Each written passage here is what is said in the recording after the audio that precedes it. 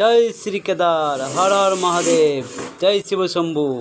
কেদারনাথ মন্দির দেখতে হলে আমাদের বোলপুর শান্তিনিকেতনে চলে আসবেন সবাই।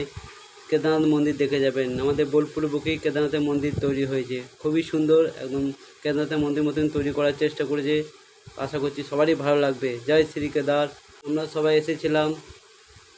এটা রাতের দিকে ভিডিওটা করেছি, টাইম হয় নাই, তাই অন্য একদিন যাবো, দিয়ে ভালো করে আপনাদেরকে ভিডিওটা করে দেখাবো। মন্দিরের চাষবাস এর পাশেই গৌরী মন্দিরের ভেতরে ঢুকেই দেখতে পাবেন তিনখানা শিবলিঙ্গ স্থাপনা করা আছে, খুবই সুন্দর। কেদারের মন্দির দর্শন করতে এলে সবাই চলে আসবেন বোলপুর শান্তিনিকেতন। আপনাদেরকে লোকেশন পাঠিয়ে দেবো। যদি দেখার ইচ্ছে হয়, ভগবানের দর্শন নিতে পারেন, তাহলে এখানে কমেন্ট করুন অবশ্যই। আপনার